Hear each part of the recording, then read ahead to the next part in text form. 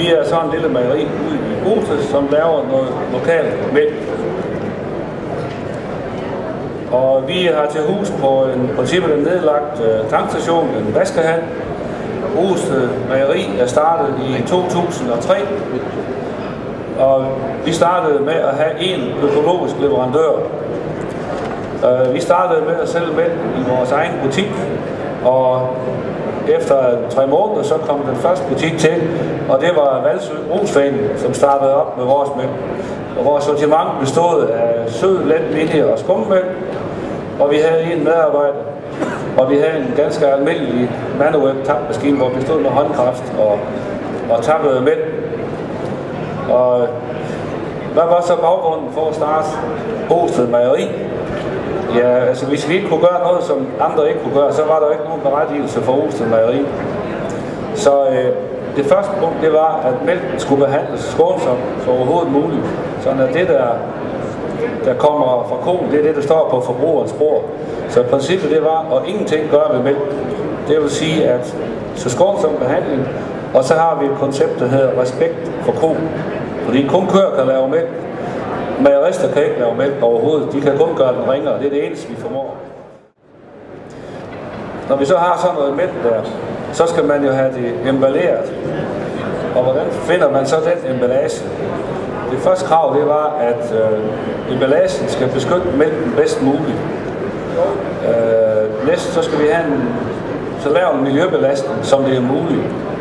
Den skal være forbrugervenlig, den skal være prisbillig, og den skal selvfølgelig, emballagen skal kræve minimum af opbevaring.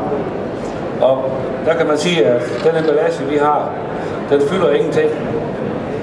Og så havde vi også en anden ting, at vi vil distancere os fra de øvrige emballage på det danske marked til mælk. Og der valgte vi så Ecolin emballage, som vi kommer ind på her.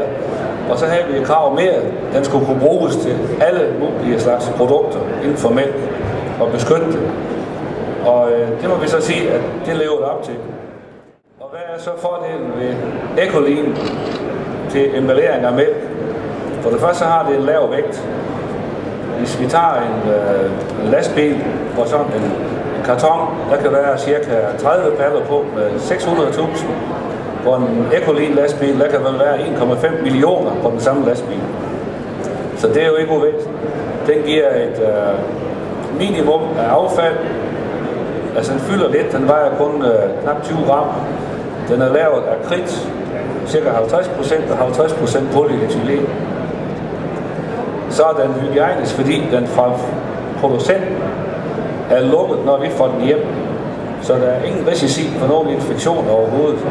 Så når den går på fyldmaskinen, bliver den skåret op, og så bliver den fyldt, og så bliver den svejset. Og så skal den være nem at hælde af, og den skal kan tømmes fuldstændig. Så kommer så sådan noget som energiforbrug på sådan noget emballage her. Og der har man noget, der hedder Gigajoule, og det har man haft et amerikansk firma til at undersøge for Ecolin.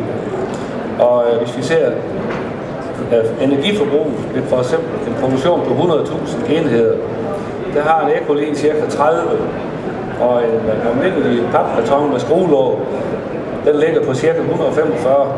Så det er en helt væsentlig miljømæssig belastning, vi reducerer med, når vi bruger Ecolin emballage til mælk.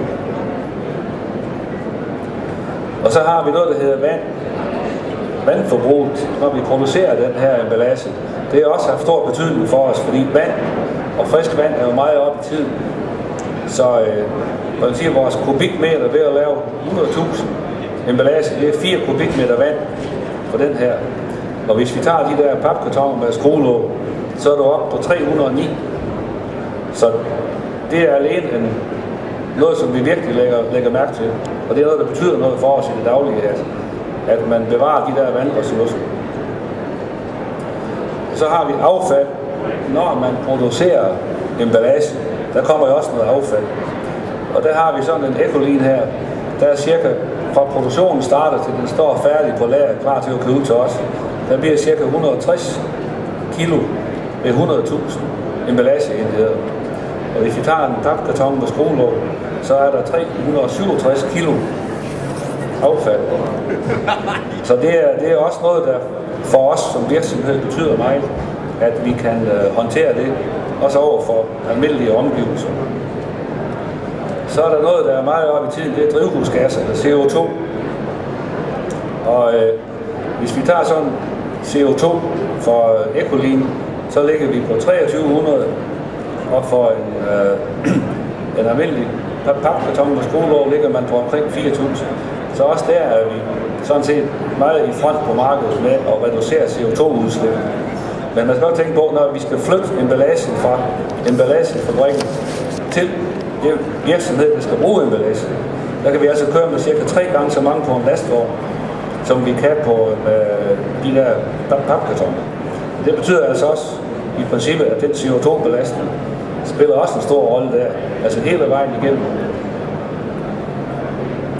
Og også hvis man tager emballagen, der skal forbrændes, så bliver det forbrændt til CO2, eller calcium, altså CO3, calcium, og så bliver det forbrændt til vand i forbrændingsanlægget. Og der kommer ingen dioxin, fordi der er ingen klor i det produkt her til at blege det med. Det er ren calciumkarbonat, når det bliver forbrændt, så bliver det jo stadig ved med at være calciumkarbonat. Og polyethylen, den bliver til vand og CO2. Så den miljøbelastning der er også meget lille, og der er ikke nogen affaldsstoffer, som er farlige. Så vi har jo så nu også gået fra den der håndmaskine over, hvor vi har en fuldautomatisk Ecolin-maskine. Vi har så en, der kører 2.000 liter i timen, og som vi kan se, så har vi en lufthåndtag her i. Når posen den går ind sådan helt flad, så fylder vi den med mælk og svejser den, og når vi svejser, så bliver der blæst luft ind i håndtaget. Det er ganske almindelig trykluft. Og så er den blæst op, og så har man det håndtag, så man kan hælde af. Så har man en åbning her, den river man af. Og fordelen ved emballagen, det er, at når man tømmer den, så skal der ikke luft ind i den. Den bliver bare flad og flad og flad, helt ned til den står tom. Det betyder, at den tager ikke smag af køleskabet. Fordi når der skal luft ind, og luft er altid smag i. Når man så tømmer den, så er den fugtig indvendig, så kan man lige klemme den sammen, så er den lukket i køleskabet. Og så tager den ikke smag af køleskabet. Og den emballage her, den er så tæt, så selvom den står oven på en appelsin i 6 dage, så smager den ikke af appelsin. Vi har haft den stående oven på en gammel ost ude på vores ostlager i 8 dage også, og du kan ikke smage den gamle ost i emballage. Så derfor, det er en unik emballage til mælk. Og så håber vi jo så, at fremtiden, man kan sige, at i øjeblikket har vi jo lidt krise i mejeribrug med afsætning og så videre. Vi har principielt ikke mærket noget videre til den endnu, fordi de forbrugere, vi har, det tror vi på, det er folk, som går efter vores produkt, og som tænker over miljøet. Så vi håber også, at der er en fremtid for os. Men jeg vil slutte med at sige tak, fordi I hører på mig, og hvis I har nogle spørgsmål, så er jeg til rådighed.